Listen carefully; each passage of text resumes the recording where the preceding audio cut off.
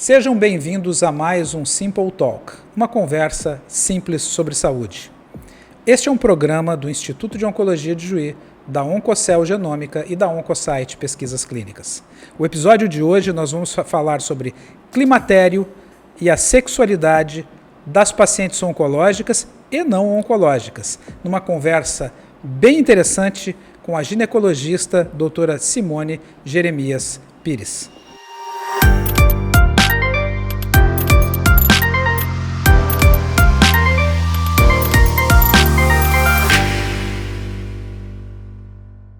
Muito bem, seja bem-vinda, doutora Simone. Prazer recebê-la aqui no nosso Simple Talk. O prazer é meu estar aqui falando sobre um tema que eu gosto tanto, que é a ginecologia regenerativa, em especial nas pacientes oncológicas, né? Que é uma demanda muito grande que a gente tem, e falar sobre muita saúde, muita coisa boa para as nossas pacientes. Muito bem. Eu e a doutora Simone já nos conhecemos há algum tempo, né? Desde a sua chegada aqui em Juí. Nós chegamos mais ou menos numa mesma época e nós temos muitas pacientes em comum. Algumas pacientes que estão em tratamento oncológico ou terminaram o tratamento oncológico e passaram a ter algumas sequelas do tratamento e também apresentar sintomas da menopausa e do climatério. E outras pacientes que ficaram velhinhas, passou o tempo após o tratamento, a gente tem acompanhado, e que também procuram a doutora Simone para amenizar esses efeitos. Bom, doutora Simone, um pouquinho sobre a senhora, se apresentando aqui, sobre a sua formação. Bom, é um prazer, uma honra. Então, eu me formei em 2007 pela Universidade Federal de Ciências da Saúde de Porto Alegre. Fiz minha formação, a minha residência médica em ginecologia e obstetrícia no Hospital Fêmea, do Grupo Hospitalar Conceição, em Porto Alegre, até 2011. Então, em 2011, eu vim para Ijuí e comecei a atuar na região. E eu sempre digo que da minha formação as coisas foram surgindo conforme a demanda das pacientes, né? Quando eu cheguei aqui, eu percebi uma demanda muito grande pela videocirurgia, pelas pacientes que precisavam de procedimentos minimamente invasivos. Então eu fui fazer uma formação no Rio de Janeiro, na Unifeso, né, com o Dr. Crisp, o Instituto Crisp. Eu fiz uma formação em endoscopia ginecológica, né, que foi a parte de esteroscopia e videolaparoscopia. Então, eu comecei a entrar num contato muito grande com as pacientes oncológicas, né? Porque a gente recebe muitas pacientes encaminhadas durante o tratamento por espessamento endometrial, e as pacientes vêm fazer avaliações do endométrio, encaminhadas pelos oncologistas.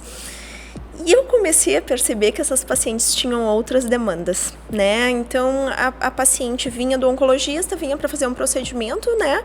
E começava a conversar com a gente sobre outras coisas, sobre sexualidade, sobre algumas sequelas do tratamento. Então, em 2022, eu fui fazer uma pós-graduação, então, sobre ginecologia regenerativa, que é a área da ginecologia que vai tratar desses processos de envelhecimento que são normais e naturais na maioria das pacientes, mas que em algumas pacientes oncológicas isso é acelerado, ou isso acontece de uma forma mais abrupta ou mais precoce, né?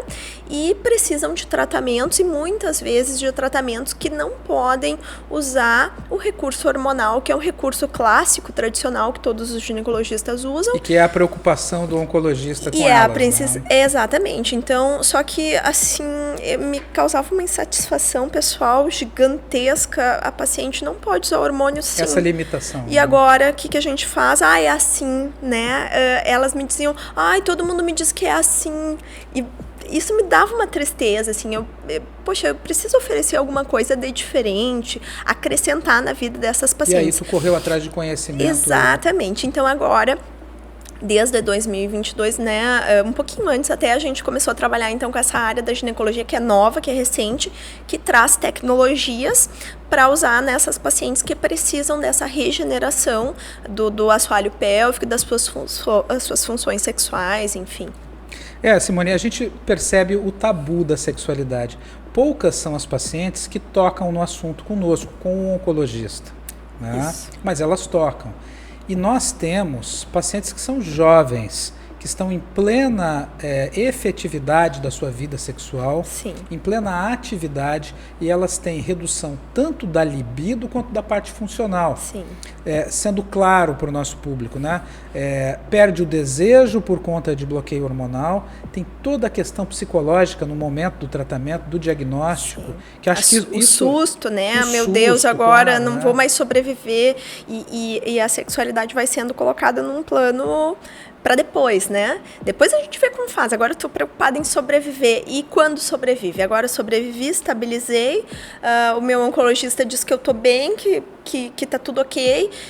E a minha vida pessoal, e a minha vida sexual, e o meu casamento, e os meus desejos, né? Então, tudo isso tem que ser abordado, né? E é difícil porque a paciente oncológica, ela passa... Hoje em dia a gente está muito melhor, né, claro, Aníbal? Porque dúvida. a paciente já passou, num passado recente, por cirurgias mutilantes, né? Hoje em dia... Me corrija se eu estiver equivocada, mas as pacientes cada vez menos vão sofrer uma mastectomia mutilante. Muito correto. A oncoplástica está aí, né? Nós estamos tendo hoje tecnologia para cada vez mais as pacientes chegarem à cirurgia com resposta patológica completa. Exatamente. Então, isso dizendo para as pacientes, né? Você vai fazer a cirurgia e o tumor, pela medicação, pela quimioterapia neoadjuvante, já sumiu, né? Não tenho mais tumor, vou operar essa mama já com uma resposta completa. E, hoje em dia, nem mais o cabelo a gente não perde, claro, né, Aníbal? Não tem mais nem essa, né? A gente consegue usar tecnologia para não perder cabelo. E a sexualidade? Vai ficar para trás. Então, assim, a gente tem muito a oferecer para a paciente. A paciente está bem, está se sentindo bem com o seu corpo, não está mutilada, tem sua mama, está com o cabelo, mas não consegue ter vida sexual. E isso é muito frustrante. E não só a gente, né, falando dos cânceres ginecológicos. Sim. As pacientes que estão em outros tratamentos. Sim. E não somente a paciente no pós-tratamento, que é aquela que concluiu e quer voltar à vida sexual. Mas eu tenho tido questionamentos ultimamente das meninas que estão em tratamento oncológico durante a quimioterapia. Sim. Que uma me disse assim esses dias: doutor, só minha vida sexual zerou. E a primeira coisa que eu disse a ela, claro, ela não está tratando nada que mecanicamente apiore. Falei, a primeira coisa vamos tirar da tua cabeça essa limitação. Então, esse é um apoio que a equipe multiprofissional que está ali do lado do paciente deve estar agindo. O apoio, né? psicológico, né? E assim, a libido, a gente sempre fala na ginecologia, ela é multifatorial. Né? Então, assim, quando a gente se coloca numa situação de alerta, como numa doença grave de saúde, claro que a libido vai... Né? E a mulher é muito isso. O homem, às vezes eu penso que é um pouco menos, mas a mulher, assim, tem uma caixinha para tudo, né? Então, quando não estão todas as caixinhas no seu devido lugar, ela tem uma dificuldade muito grande de acessar a caixinha da sexualidade, né?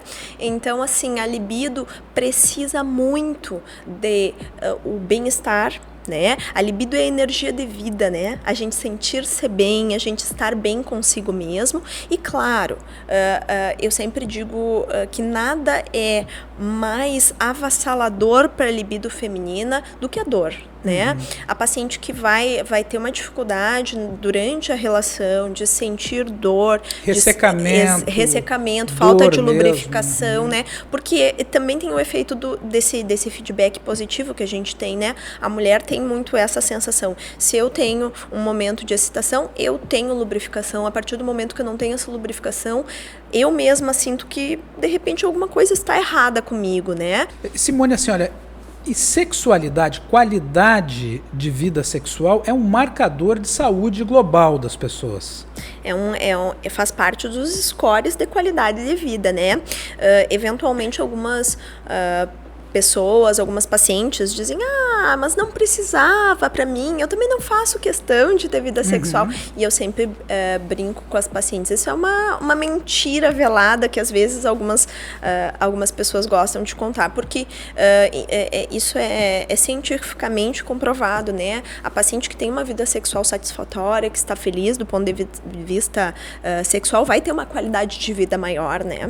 Então a gente não pode ignorar esse quesito, né, essa parte da nossa vida, né? E sempre existem intervenções. Sempre. Sempre, né? E é isso que as pacientes têm que tocar no assunto. Tanto com o seu mastologista, com o seu oncologista, com o seu clínico geral. É um tabu, mas não precisaria ser, não precisa ter vergonha de falar, porque é uma coisa que muito frequentemente está ligada, está associada ao tratamento, já é esperado em algumas situações que isso vá acontecer e a gente pode proporcionar tratamentos para que isso seja minimizado, né?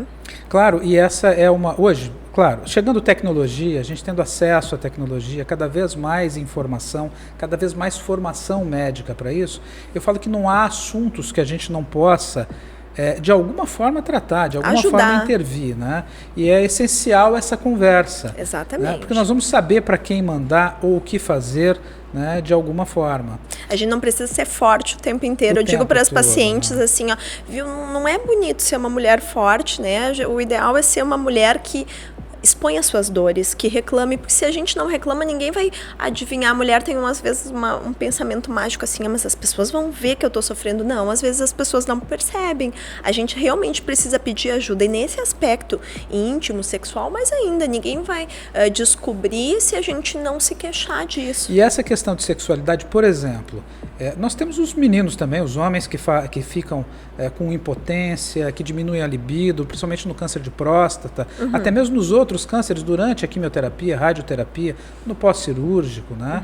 E eu tenho tido com frequência a busca das esposas que vêm junto na consulta e ele nunca quis tocar no assunto, que para o homem também é um tabu, para ele admitir, né, a impotência, entra naquelas sensações de masculinidade. Exatamente. E todos aqueles outros tabus de vida. E eu percebo muito no consultório que a esposa vem à consulta para tentar resolver a questão sexual do marido.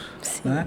E sempre há intervenções que acabam funcionando e eles voltam mais felizes. Esses dias eu disse para um paciente, agora na semana retrasada, numa consulta, que é um senhor com 58 anos que terminou um tratamento de próstata, ele fez uma cirurgia robótica, está ainda terminando o bloqueio hormonal, a castração, não vai precisar fazer mais tempo, ele tem tudo para voltar a ser funcional.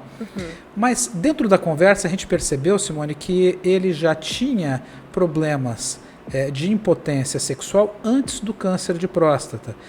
Sim. Por tensões, por inibições, por questões também psicológicas. Eu disse para ele, olha, eu não vou tratar só o seu câncer, eu tenho que tratar você como um indivíduo. E nós vamos buscar soluções. Exatamente. E nós buscamos soluções com o urologista, com a nutróloga, com a psiquiatra dele, com a psicóloga, e nós estamos resolvendo a situação. Ele hoje me disse que está mais feliz, né? Então, sempre a Às solução. vezes é uma oportunidade também, né, de ter abertura para resolver uma situação que já estava aí pendente há muito tempo, né? E a gente tem que sempre se posicionar nesse ponto, que o bom médico não é só aquele que cura o paciente, é aquele que resolve os problemas do seu paciente. Né? Eu acho que olhar de uma maneira global para o paciente. E eu sempre digo para as pacientes, a gente trabalha em conjunto com o colega que te atende, né? A gente vai conversar com o teu oncologista e ver o que eu posso fazer, o que eu posso oferecer, o que nesse contexto desta paciente é permitido, né? Então, e isso acontece nas mais diversas situações, né? Nas mais diversas especialidades. Vou mandar uma cartinha pro teu oncologista, pro teu masto, pro teu reumatologista. O que eu posso usar para essa paciente, né? Existem inúmeras pacientes que fazem tratamentos complexos de saúde, às vezes elas também chegam com uma informação um pouco trincada pra gente, não sabem dizer exatamente tudo o que acontece. Não tem problema nenhum, a gente entra em contato com o colega, manda uma cartinha, né? A gente conversa e trata como equipe, né? Que isso é super importante. Não dá pra gente cobrar que o paciente saiba tudo sobre exatamente. Isso. E não tem problema nenhum. E assim, eu sempre digo, a gente peca pelo excesso, né? Vamos conferir com o teu onco, né? Esses tempos assim, a paciente, não, eu tive um nódulozinho, mas não era nada na mama, né? E eu mandei uma cartinha para o mastologista e ele me devolveu dizendo, não, teve hiperplasia com atipias, ela não pode usar tratamento hormonal. Então, a gente vai manejar de uma outra forma a sintomatologia, né? Então, a gente, às vezes, precisa confirmar as coisas bem direitinho, porque, às vezes, claro, uma hiperplasia com atipias não é um carcinoma, mas... talvez nós podemos fazer uma transformação com esse estímulo hormonal. Então, de repente, nesse momento, não seja adequado tratar com hormônio. E, às vezes, é difícil para o paciente pegar todos esses detalhes. Ela entendeu que estava tudo ok, que ela não tinha um câncer, e é verdade. Mas ainda me restringia do ponto de vista hormonal, né? Então... E nós, assim, no câncer de mama, por exemplo, que nós, nos tratamentos de adjuvância, uma adjuvância longa, usando o tamoxifeno, o anastrozol, que as meninas que tiveram, ou as pessoas que conhecem quem teve câncer de mama e utiliza, né? É proibitivo a gente dar hormônios femininos. Exatamente, né? É muito complicado. Hoje até no triplo negativo, que é aquela que não expressa nada, que nós também não podemos utilizar.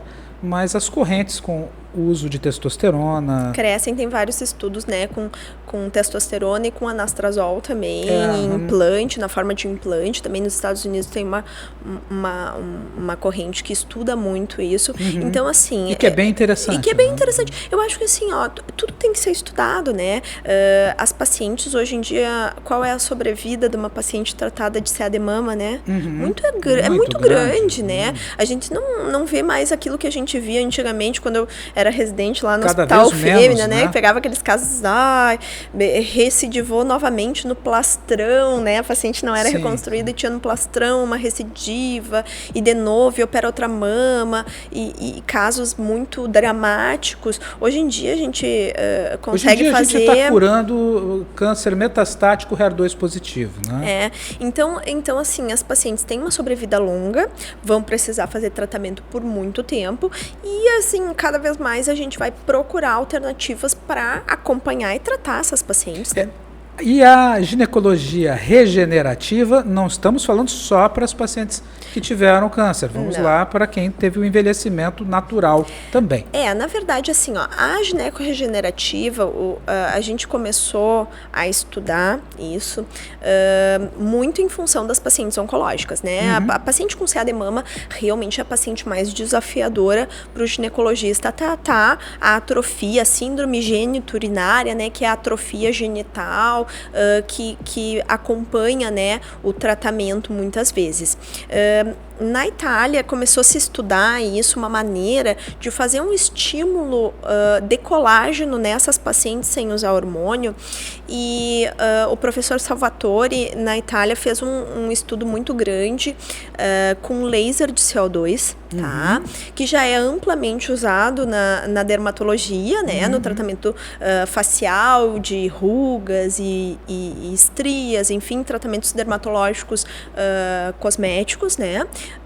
E se desenvolveu uma forma de pulso de energia para ser usado na mucosa vaginal através de uma sonda endovaginal, né? A gente consegue fazer disparos dentro da mucosa e estimular o colágeno lá do fibroblasto sem precisar usar hormônio. Tecnologia chegando, né? A tecnologia chegando. Então, assim, isso inclusive, né, a gente, na Itália, eles já linkam, assim, a paciente que está fazendo tratamento de mama vai tratar a atrofia vaginal no ambulatório de laser de CO2. Assim como a gente faz o laser preventivo na boca para o paciente não ter mucosite. Isso, exatamente.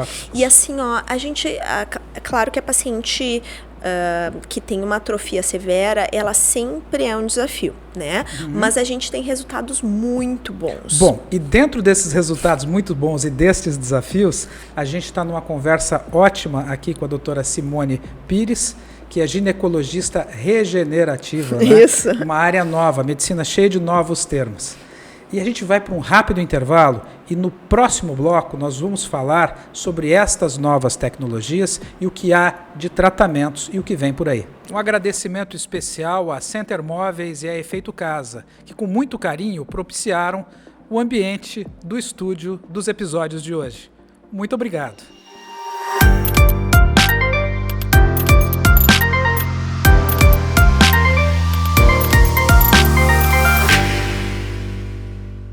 Quando se trata de câncer, cada segundo conta. É por isso que o Instituto de Oncologia de Juí traz para o interior do estado a mais avançada tecnologia, equipe médica especializada e profissionais de saúde de excelência, oferecendo suporte e tratamento personalizado, do diagnóstico ao tratamento durante toda a jornada oncológica. Instituto de Oncologia de Juí. Inovação na oncologia, na genética, na pesquisa. Inovação na jornada contra o câncer.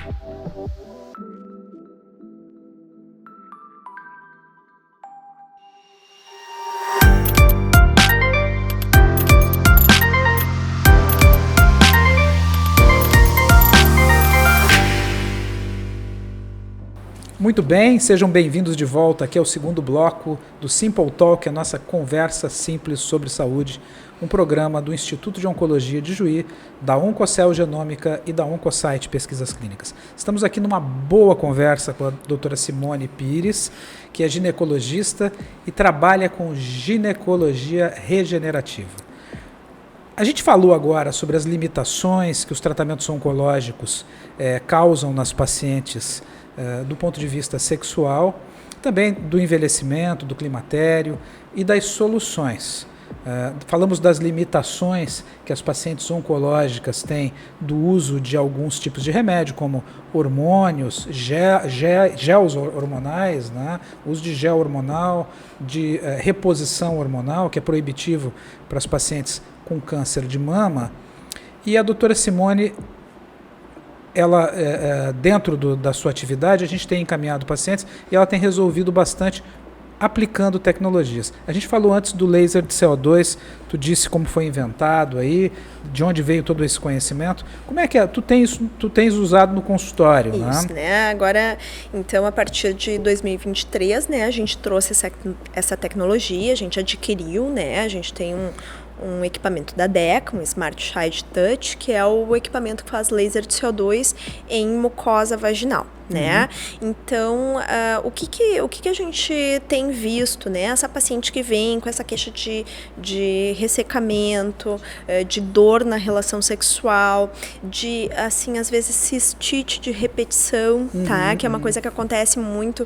A gente tem que lembrar que ali o terço final da uretra também tem receptor hormonal. Então, às vezes, a paciente fica com uma incontinência urinária leve, a paciente tem uma... Diminui as defesas, Exatamente, né? O estrogênio na mucosa vaginal, ele faz com que a gente tenha a nossa imunidade da mucosa muito melhor. Então, a gente tem muito menos infecção, a gente consegue... O hormônio nos protege de certa forma, né? E a perda, né, dessa lubrificação, dessa espessura da mucosa, traz inúmeros sintomas, tanto sexuais quanto urinários. Algumas pacientes, mesmo sem vida sexual, às vezes a gente atende, que tem uma ardência constante na vulva pela atrofia, né? Muitas vezes vão à emergência porque estão com infecção urinária. Aí estão com infecção urinária, faz exame, não tem nada. E de novo. E daí a gente vai ver que essa paciente, na verdade, está sofrendo com sintomas de atrofia, né? E isso acontece nas pacientes oncológicas e nas não oncológicas também, né? A menopausa pode ser, por exemplo, uma paciente que tem uma menopausa natural, espontânea, e vai ter essa atrofia também. A paciente que está num climatério, numa menopausa normal, que não teve que passar por nenhum tratamento oncológico, ela sente as coisas acontecerem mais devagar, mas ela também sente. E essa paciente, a gente pode usar o recurso do hormônio, mas às vezes a paciente não tem uma resposta tão boa. Agora temos alguns estudos que o uso do laser de CO2 aumenta a quantidade de receptor de estrogênio na mucosa também. Então, essa paciente que tem pode... menos estrogênio e está entrando nessa Exatamente. fase perimenopausa, ela vai responder melhor a um hormônio que a gente administre para ela depois de uma aplicação de laser. Então, a gente tem várias alternativas. A gente recebe pacientes assim com situações bem dramáticas, né? Às vezes, a paciente acaba desenvolvendo, inclusive, o que a gente chama de vaginismo secundário, que é quando a paciente faz uma contração involuntária do períneo pela dor, de ter relações frequentemente com dor, e ela vai ficando tão assim, tensa, sofrida, né? Com isso, uhum. que acaba contraindo o períneo, né? E muitas vezes a gente usa outras tecnologias, né? Uhum. Para vaginismo secundário, uma coisa que a gente tem usado e que tem tido resultados ótimos é a toxina botulínica, né? Uhum. A toxina botulínica pode ser usada na região perineal. A gente tem alguns pontos específicos de aplicação, né? Para paralisar a musculatura transitoriamente. E ter relaxamento. E com isso a gente consegue tratar a mucosa, fazer um laser. Tem pacientes que chegam que eu não tenho condições de fazer laser porque o introito está muito fechado pela dor. Então, primeiro a gente... Não é só atrofia, é a tensão também. E nós temos as meninas que fizeram tratamento para colo uterino, né? Também. Que fizeram rádio, braquiterapia, que você tem modificação ali do tecido, ele fica mais fibroso, mais duro, né? Então assim, a gente às vezes assim, usa outros recursos também, assim, eu acho que aqui não vai responder bem um CO2, porque a gente, de repente, com a rádio perdeu alguma coisa de receptor, a gente pode usar, por exemplo, ácido hialurônico, que as meninas usam em face, né, para fazer preenchimento ou hidratação, a gente pode usar numa densidade... Ele é um precursor de colágeno. Exatamente, ele vai estimular, numa densidade menor, no skin booster, que a gente chama, para fazer uma hidratação da mucosa. Perfeito. A gente pode fazer bioestimulador de colágeno, assim como faz em face, pode fazer em vulva. Então, assim, a gente tem inúmeras tecnologias, tem ultrassom microfocado que a gente pode usar para pacientes que também têm essas queixas de incontinência urinária, às vezes a gente usa ultrassom microfocado, e fora as queixas inestéticas, né? Algumas pacientes ficam assim com, principalmente eu noto muito assim na atrofia, a paciente que teve uma episiotomia, né? Ficou com uma cicatriz que aí era feia, incomodava um pouquinho, mas com o ressecamento vaginal do pós-menopausa, aquele passa a ser um ponto que machuca, que dói, que incomoda. Então, tratar, às vezes, essa cicatriz inestética de uma episiotomia, de um parto que nunca incomodava e que no pós... Isso é outra coisa, né? Mas por que agora que tu tá com 50 anos, faz 20 anos que tu teve esse parto, tu vai tratar? Porque agora está me incomodando, né? E isso vai surgindo com o tempo. A mesma coisa, os pequenos lábios vaginais que às vezes incomodam as pacientes vão tratar lá com 50 anos, mas por que tu vai tratar agora? Porque é o momento que incomodou. É o momento que incomodou, o momento que surgiu a flacidez, o momento que vai precisar de um reparo. E a gente está aí para regenerar, para promover saúde e para deixar essa paciente sentindo-se bem com qualidade de vida. Às vezes existem aquelas perguntas dos pacientes, né, doutor, se isso é doença ou se isso não é doença? Eu falo, olha, o que é patológico? Patológico é tudo aquilo que causa um sofrimento ou um desconforto. Então, incomoda. Se naquela fase da vida passou a causar um desconforto, um sofrimento, está atrapalhando alguma coisa, deve-se intervir. Interessante assim, que você falou de um leque de... São muitos tratamentos. Eu sempre digo para as pacientes assim, é impossível a gente não achar alguma coisa que vai te ajudar, né? A gente tem um portfólio muito grande hoje em dia de tratamentos, de tecnologias, de injetáveis. Então, assim, alguma coisa a gente vai conseguir aliviar o teu sofrimento, com certeza. Então, já se foi o tempo que era para deixar assim. Não, mas isso é assim, né? Eu tô na menopausa e eu não consigo mais ter relação. Isso é assim mesmo, né? Ou eu tô no climatério e eu tô com calorão, mas isso é assim mesmo. Não, é assim, né? Agora vamos falar aí dos calorões aí, do fogacho. Isso incomoda muito e mexe de uma forma bem significativa na qualidade de vida das pacientes, principalmente as que estão em bloqueio hormonal, fazendo hormonioterapia, tomando tamoxifeno, anastrozol para o câncer de mama. Quais são as estratégias aí para reduzir isso nessas pacientes que eu não posso fazer reposição hormonal? Então, né, a gente tem algumas medidas infelizmente, hormonais, que eu brinco com as pacientes. Bom, claro, o hormônio é o tratamento estándar, é aquele que eu vou te dar em uma semana, tu tá bem, né? Então, a gente vai ter que fazer outras coisas, né? A gente pode usar medicações da linha dos antidepressivos, né? Sim. Que ajudam a tirar o gatilho. Eu lembro sempre, assim, que o fogacho, o sintoma vasomotor, ele tem muito a ver com o emocional. Né? Então, aquela paciente que é muito ansiosa, que é muito nervosa, que é mais agitada, tende a ter um gatilho mais tênue para ter o fogacho. Né? O estilo de vida é fundamental. Atividade física. E algumas atividades em específico, como a yoga, o pilates, são atividades físicas que promovem um relaxamento maior e que a paciente consegue trabalhar também essa questão da meditação, da espiritualidade. A yoga é disparado, é uma das atividades que as pacientes mais relatam essa melhora de fogacho. É um relato bem constante no consultório, assim, o que mais me ajudou foi a yoga. Muito interessante. A questão dos fitoterápicos, dependendo, né, se eles são semelhantes com estrogênio, às vezes tem alguma restrição, né? Então, claro, a gente fica mais limitado, mas assim, não é porque a gente está mais limitado também, muitas vezes a paciente, quando a gente oferece um tratamento que não é uma pílula mágica, é mais difícil, né? Sempre. Depende de você ir lá e fazer atividade física, é mais difícil.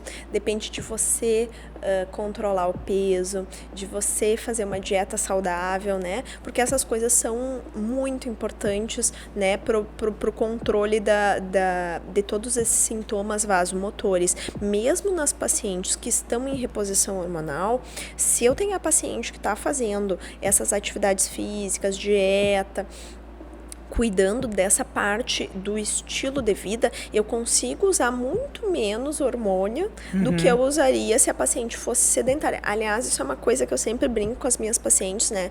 Se eu te dou hormônio numa mão, na outra, tu me devolve atividade física e estilo de vida, né? E Simone, assim, olha, isso em geral, todas as pacientes que mudaram o estilo de vida, que passaram a introduzir pilates, yoga, outras atividades. Musculação, que é o padrão ouro para massa muscular também. As meninas têm jogado beach tênis agora, que está na moda. Eu sempre digo também, isso não é impossível que não haja uma única atividade física na vida que tu não vai gostar. A caminhada.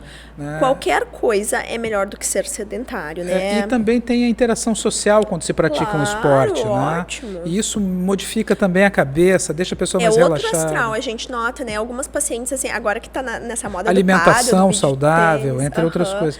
A gente vê que elas vêm com um astral diferente, outro astral, assim, eu tô bem. E todas elas me relataram melhora significativa. Sim, e melhora a libido também. Claro. Porque assim, inevitavelmente tu vai te sentir melhor consigo mesmo, tu começa a notar as modificações no teu corpo pela atividade física, isso melhora a tua autoestima e isso com certeza melhora a tua libido, porque a libido tem muito entre o desejar e o sentir-se desejável, né? Então eu me sinto apta a ser desejada pelo meu parceiro, isso é super importante para a mulher. Eu estou me sentindo bem, eu acho que meu corpo está ok, e então a minha vida sexual é melhor.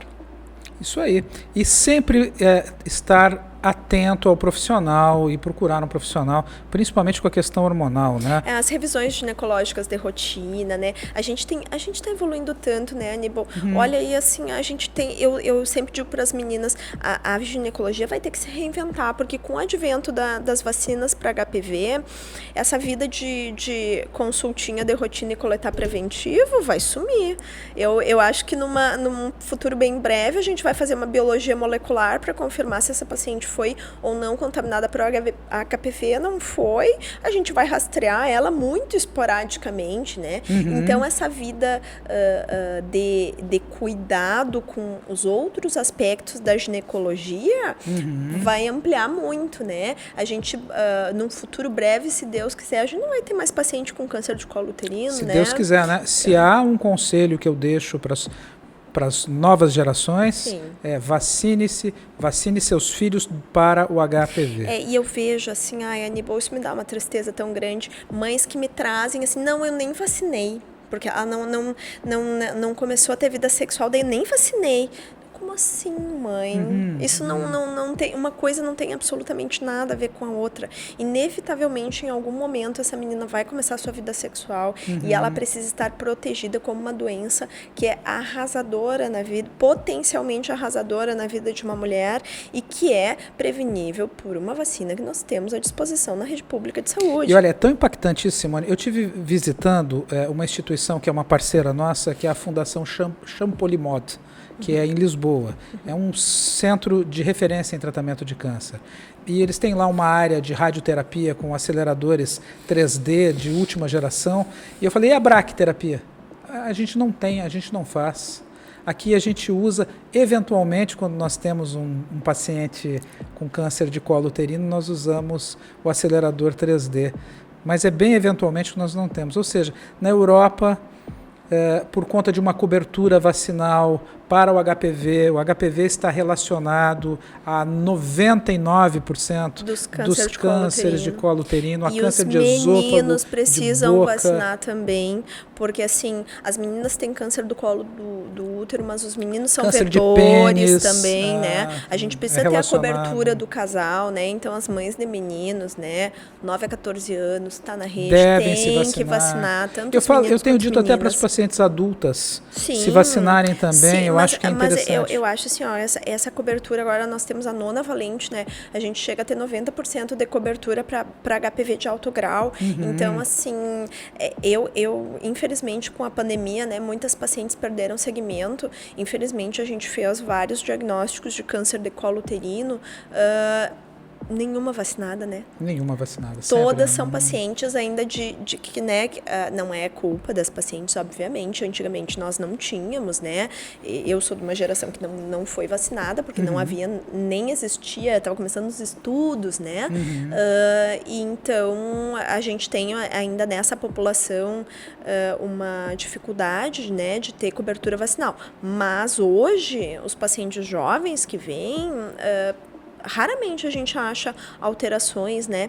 E é uma coisa que se tem um preconceito, um tabu com a vida sexual, mas assim, eu acho que de maneira muito inteligente o Ministério da Saúde colocou como uma vacina pediátrica. Eu acho que colocar lá aos 9 anos. E eu sempre digo para as mães, assim, tu não precisa dizer para o teu filho exatamente qual é a vacina, ele só vai fazer mais uma vacina leve, como se fosse uma vacina qualquer, outra tão importante como todas as outras que são do calendário vacinal. Faça a vacina, deixa o filho pronto para isso, porque inevitavelmente, em algum momento, vai começar a vida sexual e a gente não precisa E essa passar por é isso. a maior dica, né? É a prevenção. Prevenção acessível, que é a vacina do HPV, né? E as outras as atividades, a rotina. E assim, tem que passar pelo ginecologista, né? Outra coisa que eu sempre falo para as minhas pacientes, algumas vêm com medo de fazer reposição hormonal no consultório. Porque eu vou ter câncer de mama. Calma. Vamos lá, né? Vamos conversar a respeito disso. E o cigarro que tu tá fumando? E o teu peso que tá bem acima disso, tu não tem medo. Eu te garanto que isso te fornece um risco para câncer de mama, a obesidade é mais fator de risco que o tabagismo. Tabagismo, não vamos diminuí-lo aqui. Tabagismo é a principal causa de câncer, de infarto, de mortes, aí, de consequências graves à saúde. Mas para o câncer de mama, a obesidade é um fator de risco muito especial para câncer de mama. Então, e assim, eu sempre digo isso para as pacientes, assim, ó, em especial as 40 a mais que começam a ter sintomas de climatério, né? Sabe, Aníbal, que o climatério são todos aqueles sintomas que circundam a menopausa, que é a cessação da menstruação, né? Então, o climatério começa com alguns sintomas que começam geralmente depois dos 40 anos. E nessa fase, em geral, as mulheres começam a ganhar peso. Mesmo mantendo a dieta e a atividadezinha física que já fazia, não é o suficiente para manter peso. E eu sempre chamo atenção, as pacientes vêm mais frequente no consultório do ginecologista. Às vezes a gente é o clínico geral da paciente, sim, né? O psiquiatra, o psicólogo. Até o gineco é quase um confessionário, né? Aconselhamento de todos os lados, né? Mas eu sempre falo para as pacientes assim, ó, tá ganhando peso, a gente precisa intensificar a atividade física e a dieta. Mas eu nem tô comendo mais. ok, mas a balança não está concordando contigo, nós vamos ter que fazer um esforço maior, e às vezes a gente nota que começa ali a falência ovariana, né? E começa aqueles sintomas, assim, uma TPM insuportável. Eu nunca tive TPM, doutora, agora eu tô, assim, eu quero matar o marido, os filhos, todo mundo. E é uma bola de neve, né? Por conta da resistência hormonal também, pela gordura, pela obesidade, a paciente que vai ganhando peso... O hiperestrogenismo. Vai ficando pior ainda do sintoma. Exatamente. Então, esses sintomas, essa dificuldade de ganhar peso, tudo isso, né? Então, a gente vai cuidando de tudo. Reposição hormonal. Tirando lá das pacientes oncológicas que são proibitivas de serem feitas, mas na paciente em geral, né? Reposição hormonal, quando eu saí da faculdade, era uma coisa que fazia para todo mundo, depois não faz mais, causa câncer, infarta. E aí, como é que está hoje esse cenário? E agora, né? Então, a gente teve, assim, uma época de uso muito indiscriminado, né? Depois a gente teve o WHI, que foi um estudo muito grande, né? Que foi selecionado foi um estudo multicêntrico, grande, selecionou muitas mulheres, e a gente até hoje escrutina esses dados, porque foi realmente um estudo muito grande. A gente tem que atentar a vários aspectos. A paciente precisa ter a dose adequada, pela via adequada, no momento adequado, né? Considerando-se os seus fatores de risco. Exatamente. Claro. Então, assim, a paciente tem um histórico familiar muito importante para CA de mama, né? Irmã em especial com CA de mama. Bom, vamos fazer um aconselhamento genético, vamos ver se isso é possível ou não, isso é uma coisa. Esses tempos eu recebi uma paciente no consultório, foi bem chamativo para mim, ela morria de medo de ter CA de mama, apesar de não ter nenhum familiar, né, na família com CA de mama, mas ela tinha 2 mortes súbitas cardiológicas na família. E ela estava entrando em menopausa com 45 anos. E eu disse para ela, olha, pela via transdérmica, o estrogênio vai ser cardioprotetor para ti, né? Então, talvez esse teu histórico cardiológico te indique reposição hormonal. Vamos conversar com o teu cardio, mas eu gostaria muito de fazer uma reposição hormonal para ti cardioproteger desses eventos que tu tem histórico familiar. E a gente vê, assim, muita paciente com menopausa precoce, né? Não tratada por medo de câncer. E hoje em dia a gente consegue usar em gel, em adesivo, a gente faz proteção endometrial, a gente usa medicações para paciente que tem útero, né, progesterona para proteger o útero, para paciente não ter nenhuma alteração no endométrio, que é a camada de dentro do útero. Então, a gente consegue melhorar nessas pacientes expectativa de vida, né, porque essa paciente que faz reposição hormonal na janela de oportunidade, que a gente sempre fala, que é logo que ela entra na menopausa e os primeiros 5 anos, né, a gente consegue fornecer para ela uma melhor massa magra, né, uma melhor massa óssea, né, a paciente não tem histórico de CA de mama, tem medo de fazer reposição hormonal por causa do CA de mama, não tem ninguém na família, mas ela tem a mãe que ficou acamada depois de uma queda por uma osteoporose severa, entende? Por que essa osteoporose histórico cardiológico? Por que essa paciente está com uma osteoporose? E essas pacientes melhoram não só a qualidade óssea muscular, como elas ficam mais dispostas à atividade física e melhoram o perfil. As pacientes dizem assim, ó, doutora, é dia e noite a diferença. Eu com reposição hormonal sou outra pessoa. Mas é importante dizer que precisa ser feito com critério. Exatamente. E por um profissional que tenha conhecimento disso. A gente tem que avaliar, né? E a gente sempre faz essa decisão compartilhada. Eu sempre digo assim, ó, falência ovariana precoce, que são as insuficiências ovarianas abaixo de 45 anos, isso a gente precisa tratar. Isso sempre, né? Assim, a paciente, salvo contraindicação absoluta, né? Como câncer de mama, precisa tratar. Por quê? Porque eu preciso trazer essa paciente para a média feminina da mulher brasileira, que é em torno de 51 anos de menopausa, né? Então, eu tenho que, pelo menos, emparelhar ela para ela não perder muita massa óssea e muita massa muscular. Mas a paciente que está em climatério, que está em janela de oportunidade, paciente em bom estado de saúde, o paciente se cuida, faz atividade física, não tem nenhum problema de saúde, para mim, indicado está. Eu gosto muito de reposição hormonal, faço bastante no consultório. Acho que, assim, a indústria peca um pouquinho conosco, assim, a gente tem poucos, a gente poderia ter um portfólio maior, né? Melhor, e maior. Né? Quando a gente vai para a Europa, nos congressos, a gente vê diversas... Dá vontade de chorar. Diversas alternativas que não temos aqui, né? E isso aqui também, por isso se prolifera tanto a indústria dos implantes, né? A gente tem muitas pacientes que procuram e que fazem reposição hormonal em implante, que é uma via que está surgindo, que é a alternativa, que eu, na minha prática clínica, acho que é bem restrita a algumas pacientes, porque sempre tem aquele problema do... E se surgiu alguma alteração, eu não consigo tirar. Mas, assim, pacientes bem selecionadas podem, inclusive, se beneficiar dessa via também. E nessa ajuda da seleção, que a gente falou dos fatores de risco, tanto cardiológicos como de câncer de mama, saber se tem mutação... trazendo tecnologia aqui para a região, aqui o nosso laboratório de genômica, a Oncocell Genômica, nós temos testes extremamente sensíveis para averiguar estes fatores de risco genético, onde nós avaliamos tanto mutações de BRCA1, 2, vários outros genes relacionados a câncer, inclusive os riscos cardiológicos. Exatamente. E riscos de outras doenças, inclusive doenças autoimunes, que podem ser desencadeadas. São decisões compartilhadas, né, exatamente. E a tecnologia está aí. Exatamente. Não é tão cara. Hoje nós temos exames por volta de R$1.000 que conseguem dar, conseguem aferir esses fatores de risco com uma precisão maior. Uma precisão muito maior, é fazer medicina de ponta, né? Fazer a gente baseado em marcadores aí mais confiáveis, né? Interessante, né?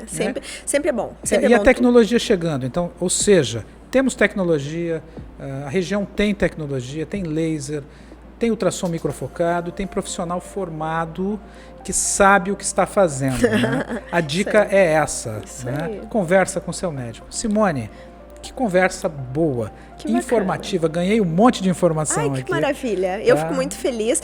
Eu sempre digo assim, eu tenho até medo de começar a falar de gineco-regenerativa, porque é uma paixão tão grande a que gente percebe. Se estende. Você fala com o coração aqui pra gente. A gente se estende, mas eu agradeço muito a oportunidade de trazer. E sempre eu digo para os pacientes assim, ó, tudo na minha vida foi nesse sentido, de trazer, tentar sempre trazer o melhor para as minhas pacientes, assim, à luz da ciência, com evidência científica, o que eu posso melhorar na vida da paciente e não simplesmente dizer, não, isso é assim e vai ficar assim. Não, a gente precisa oferecer alternativas, a gente tem tecnologia, se a gente não tem, a gente vai atrás, a gente está sempre estudando para a gente conseguir trazer qualidade de vida para as nossas pacientes, né? A gente lembra, as pacientes vão passar metade da vida praticamente na menopausa, né? É muito tempo para a gente não ter nenhum tratamento efetivo, interessante, com tecnologia para as nossas pacientes.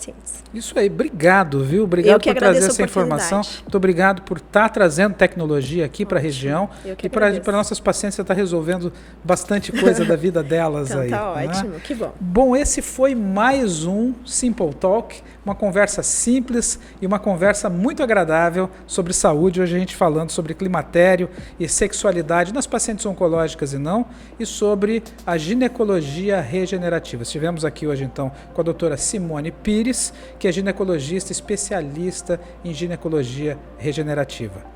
Até a próxima semana com mais um Simple Talk.